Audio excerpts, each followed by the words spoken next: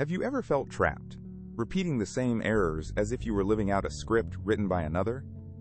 Why is it that the more you attempt to impose order on your life, the more you schedule, plan, and optimize, the more profoundly chaotic and unmanageable it becomes? This paradox is not a flaw in your character. It is the central agony of the modern condition. You are positioned in your own life as a tireless commander, waging a war on two fronts simultaneously. There is the visible, external battle against an onslaught of tasks, obligations, and the relentless march of time.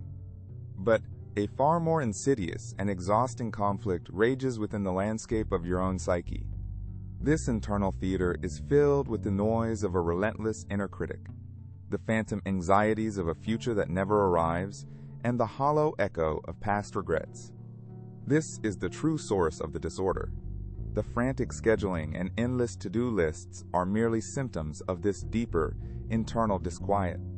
You experience this as a profound dissonance, a sense that the person you consciously believe yourself to be is merely a fragment, fighting to maintain control over a vast and unknown inner territory. This feeling of being a passenger, of being helplessly adrift, is a sacred invitation. But this sensation of being at the mercy of unseen forces has a name, a source, a hidden power within your own mind. Today, we will name it. This journey, however, requires a conscious first step. Comment with the declaration, *, I seek my wholeness, *, to formally begin. Of course, here is Act 2, crafted precisely to your specifications. *, Act 2, the archetypal journey through the psyche, Toch, Has, Totter. Has, Totter. Totter, Hasterisk. Totter. Toch, Cotter. Has, Hotter. Totter. Asterisk. Uncharted territory of your own psyche, you require a map and a guide. That guide is the philosopher Allan, a master cartographer of the inner world. He did not offer simple solutions or comforting falsehoods. Instead, he provided a stark, illuminating mirror to the human condition. Watts understood that the frantic effort to impose order upon your life was not the solution, but the very essence of the problem. He taught that the desperate grasping for control, for a predictable future, is the foundational activity of a frightened ego, an entity that fundamentally misunderstands its own nature. This is the first truth you must accept. Your methods have failed. The schedules, the affirmations, the relentless self-optimization, they are all instruments of the very noise you wish to silence. They are the sound of a cage being rattled from the inside. The journey we embark upon now is not one of addition, but of subtraction. It is not about learning a new technique, but about unlearning a lifetime of flawed assumptions about who you are. The first rule on this path is to recognize the futility of chasing the horizon. Your mind, as Watts would describe it, is conditioned to live in an abstract future, a perpetually postponed paradise where everything is finally in its right place. Your to-do list is a monument to this delusion.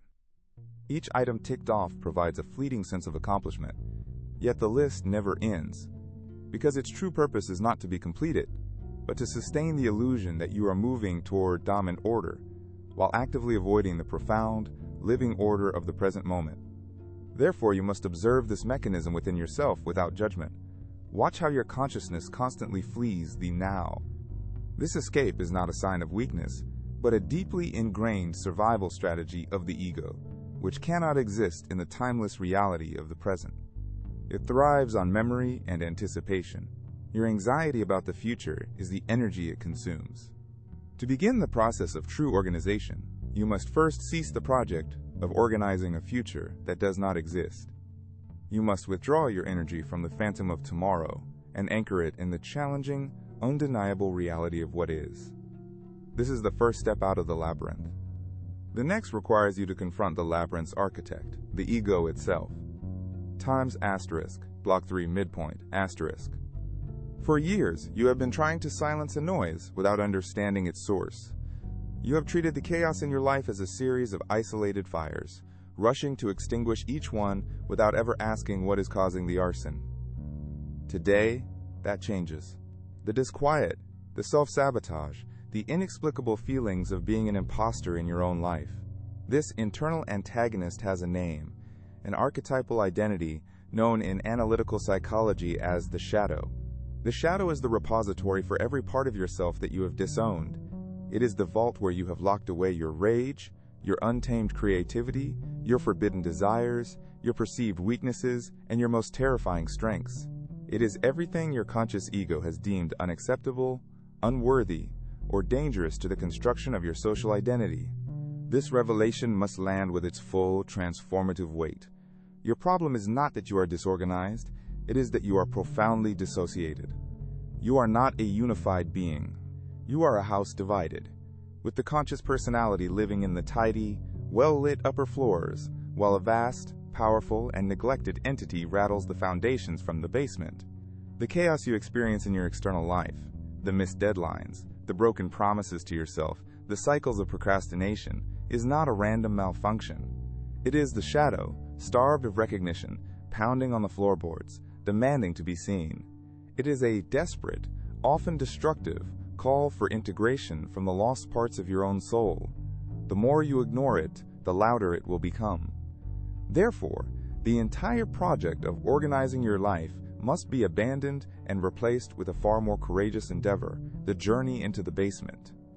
This is not a mission of extermination, to kill the beast within, it is a mission of reunion. You must understand that the shadow, while appearing as an antagonist, holds the very keys to your wholeness. It contains the raw, untamed energy, the vitality, and the authenticity that your sanitized ego life so desperately lacks. The path to inner silence and true order does not go around this darkness, it leads directly through it. And the map for this journey requires a radical reevaluation of the entity that created this division in the first place. Times asterisk, block 4, asterisk. The second rule on this path is to comprehend the tyranny of the I. The entity you call yourself is not the totality of your being. As Allan masterfully explained, what you experience as I is a social construct, a skin-encapsulated ego. It is a carefully curated collection of memories, beliefs, social roles, and anxieties, stitched together to form a coherent, but fundamentally incomplete identity. This ego is a mask, a persona, which you have mistaken for your actual face. Its primary function is survival and social acceptance, and to achieve this, it must make a critical decision. It must choose what is me and what is not me. Everything that aligns with its ideal self-image is kept in the light of consciousness. Everything else is violently repressed into the unconscious, thus creating the shadow. This I is a relentless tyrant. Its reign is maintained through constant vigilance, judgment, and control. The inner critic is its voice, and anxiety is its primary tool of governance. The ego's greatest fear is the loss of control, because its very existence is a precarious illusion. It is a single, terrified wave in the ocean of consciousness, desperately trying to maintain its shape, terrified of dissolving back into the immensity from which it arose. The immense energy you expend on planning, worrying, and managing your life is the energy required to maintain this fragile construct against the overwhelming reality of your total, undivided self. The noise in your head is the sound of this internal dictatorship in action, a constant war against the parts of you that threaten its sovereignty. Your psyche is infinitely vaster than this small, walled-in identity. True order is not the reinforcement of the ego's walls, but their conscious and deliberate dissolution. The goal is not to create a more efficient or powerful ego, but to transcend it. You must begin to see that the I you have worked so hard to build and defend is the very source of your fragmentation and suffering. It is the architect of your inner prison. To integrate the shadow, you must first weaken the grip of its jailer. This is achieved not through force, but through a profound shift in perspective, a principle Watts referred to as the wisdom of insecurity. Times asterisk block 5, asterisk time. The third rule is to embrace the wisdom of insecurity. This is a foundational principle from Watts that directly addresses the ego's frantic need for certainty. Your entire life has been a project aimed at securing the future. You seek financial security, emotional security, and psychological security. believing that if you can just arrange all the pieces correctly, you will finally be safe from chaos and pain. But this pursuit is a paradox. The relentless quest for security is precisely what creates the profound and constant feeling of insecurity. It is like trying to grab a fistful of water.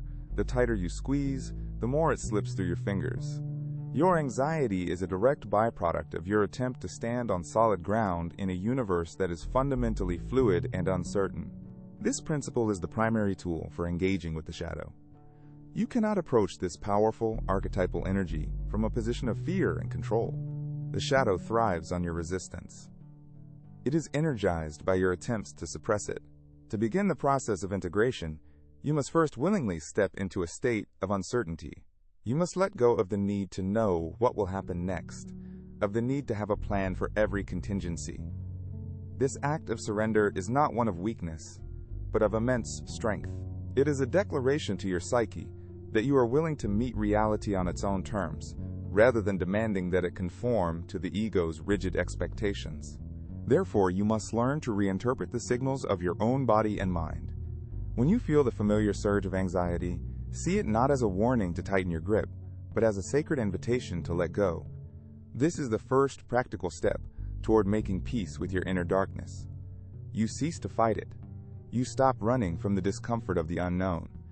You simply allow the chaos to be there, without the frantic compulsion to organize it into submission. By embracing insecurity, you remove the fuel for the ego's war against the shadow. You create a space of neutral observation where a dialogue, for the first time, becomes possible. Times asterisk, block 6, asterisk. The fourth rule is a law of the psyche so fundamental, yet so counterintuitive, that it governs the dynamics of all your inner conflicts, the backwards law. As Allan articulated it, the desire for a positive experience is itself a negative experience, while, paradoxically, the acceptance of a negative experience is itself a positive experience. The more you desperately chase pleasure, the more it eludes you. The more you frantically try to escape pain, the more you amplify your suffering. This is because the act of pursuit implies a state of lack. When you strain to be happy, you are reinforcing the fact of your unhappiness. When you struggle to be calm, you are embodying the very essence of agitation. This law explains why your efforts to eliminate the negative aspects of your shadow have been a catastrophic failure. By labeling your anger, your fear, or your sadness as bad and trying to run from them, you grant them monstrous power. You turn them into demons that haunt you from the darkness. The energy you expend resisting them is the very energy that sustains them. Your shadow is not inherently destructive. It becomes destructive only when it is denied and repressed. The more you try to live a positive-only life, the larger and more terrifying your shadow becomes, until it inevitably erupts in acts of self-sabotage, projection, or neurotic symptoms. The backwards law dictates a clear, albeit challenging path. The only way to neutralize the shadow's destructive influence is to move toward it. The only way to find the light is to be willing to walk consciously into your own darkness. This means that when you feel anger, you must be willing to feel the raw, physiological reality of anger without judgment. When you feel fear, you must allow yourself to experience the full texture of that fear. This is not about acting on these impulses, but about courageously bearing witness to them within your own consciousness. You stop running. You turn around and face what is chasing you. In doing so, you discover it was never a monster, but a lost and powerful part of yourself. Times asterisk, block 7, asterisk, the fifth rule requires another profound perceptual shift. You must learn to see your psyche not as a broken machine to be fixed, but as a living, self-regulating organism. Your egocentric, Western mindset has taught you to view your mind as a computer that can be programmed, debugged, and optimized for performance. When unwanted data, like anxiety or depression, appears, you believe it is a malfunction that must be corrected or deleted. This mechanical metaphor is the source of endless frustration. You are not a machine. Your psyche is more akin to a vast, ancient forest, a complex, interconnected ecosystem with its own seasons, its own cycles of growth and decay, and its own inherent intelligence. From this organic perspective, the emergence of the shadow is not a pathology. It is not a sign that you are broken. On the contrary, it is a sign of health. It is the psyche's natural, instinctual movement toward balance and wholeness. The process that the psychologist Carl Jung termed individuation is this very movement.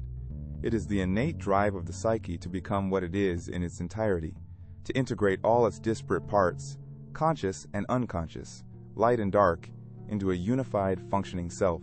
The chaos, the inner turmoil, the disruptive impulses from the shadow, these are the growing pains of this sacred process. They are the forest's way of regenerating itself after a fire. Your role in this process is not that of a manager, an engineer, or a commander. Your role is that of a witness, a gardener. You cannot tell a tree how to grow. You can only provide the right conditions for its growth: soil, water, and light. Similarly, you cannot force your own individuation. Your job is to cease interfering with the psyche's self-regulating wisdom. The frantic attempt to organize this organic process is the most profound interference of all. It is like trying to command a river to flow uphill. True order comes from trusting the intelligence of the system and allowing the process to unfold, even when it moves through dark and frightening territory. Block 8, asterisk. The sixth rule provides the central practice for this new, receptive orientation, the art of listening to dissonance. Your mind has been trained to be a relentless judge, instantly categorizing every internal experience. Thoughts are productive or unproductive. Feelings are good or bad. Impulses are acceptable or unacceptable. This constant act of labeling and judging is the primary mechanism of repression. It is the ego standing guard at the gates of consciousness, deciding what is allowed in and what must be exiled to the shadowlands. To facilitate integration, you must suspend this judgment. You must declare a ceasefire in your internal war. Instead, you are to cultivate the art of pure listening. Imagine your entire inner world, your thoughts, your anxieties, the echoes of your past, the whispers of your shadow, as a piece of music. For a long time, you have only allowed yourself to hear the pleasant melodies, the harmonious chords. You have tried to block out the dissonant notes, the jarring rhythms, the unsettling silences. Now, you must listen to the entire composition. The dissonant notes are the voice of the shadow. They are the parts of the music that give it depth, tension, and ultimately, resolution. To listen without the compulsive need to fix, change, or resolve the dissonance is the core of this practice. This is the act of giving the shadow a seat at the table of consciousness. You are not required to agree with it, to act upon its impulses, or to condone its historical expressions. You are simply required to listen. You are to give it the one thing it has been denied its entire existence: your conscious, non-judgmental attention. When you do this, a remarkable transformation occurs. The energy that was bound up in the shadow's destructive, attention-seeking behaviors is liberated. The dissonance does not necessarily disappear, but it becomes integrated into a larger, more complex, and far more beautiful harmony. It becomes part of the music of your whole, authentic self. Times, asterisk. Block 9, climax of understanding. Asterisk. As you stand at this threshold of understanding, the final revelation can be delivered. The rules presented on this journey were never a checklist of actions to be performed.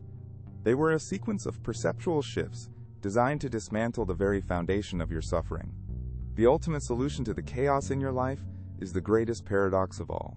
The only way to truly organize your life is to completely surrender the desire to organize it. The only path to achieving a profound psychological silence is to finally, with unwavering courage, listen to the totality of your inner noise. The war is over, not because one side has achieved victory, but because the illusion of two sides has collapsed. The conflict is resolved through synthesis. The ego does not defeat the shadow, it integrates it. This is not a merger where one consumes the other. It is a sacred marriage, a asterisk conjunctio oppositorum asterisk, where two distinct but complementary energies unite to create a third transcendent entity, the self. The self is the unified consciousness that contains both the light of the ego and the darkness of the shadow. It is a consciousness that operates from a new center, a center that is not identified with any single part, but is aware of the whole. This integration is the birth of your authentic individuality. This is the dawn of the process of individuation.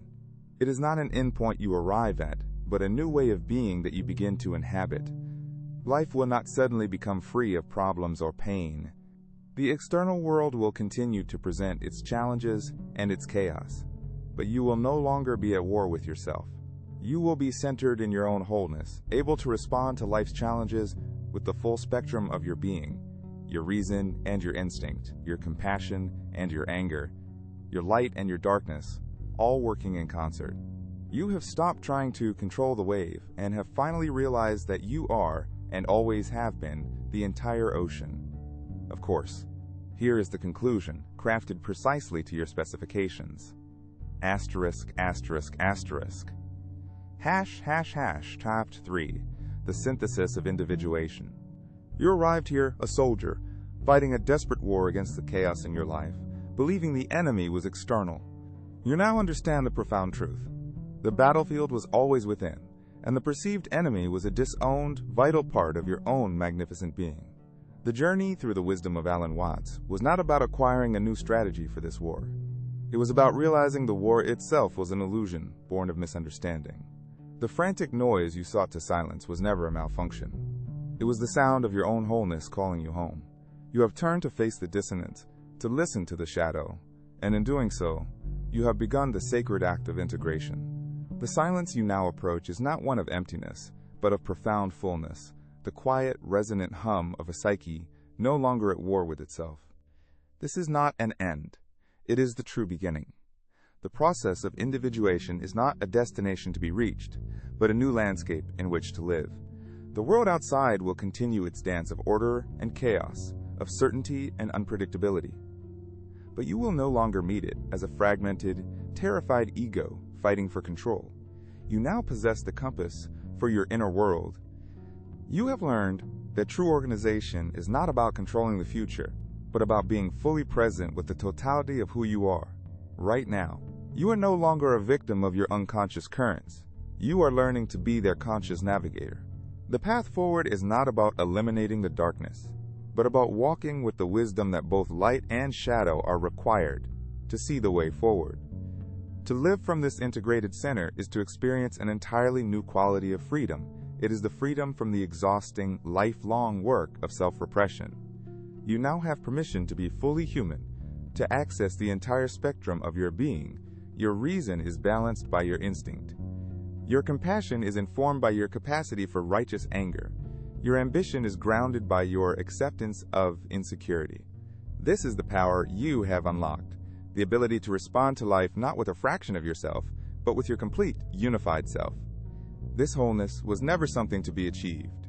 It was something to be remembered, a birthright waiting patiently beneath the noise of your conditioning. You are not fixing something broken. You are finally inhabiting the magnificent structure that was always there. The journey inward is the only one of consequence. You have taken the first, most courageous steps. You have chosen to stop running from yourself and have begun the great work of becoming yourself. This path is now yours to walk. The tools are in your hands. The map is within your heart, and your own totality awaits your continued discovery. You are the architect of your soul. Build with consciousness. Build with courage. Build with the whole of who you are. If this message has resonated with your quest, subscribe to the channel to deepen your journey. Share this knowledge with another who needs to find their own path, and continue your exploration by watching our deep dive into the nature of the self. Your great work has just begun.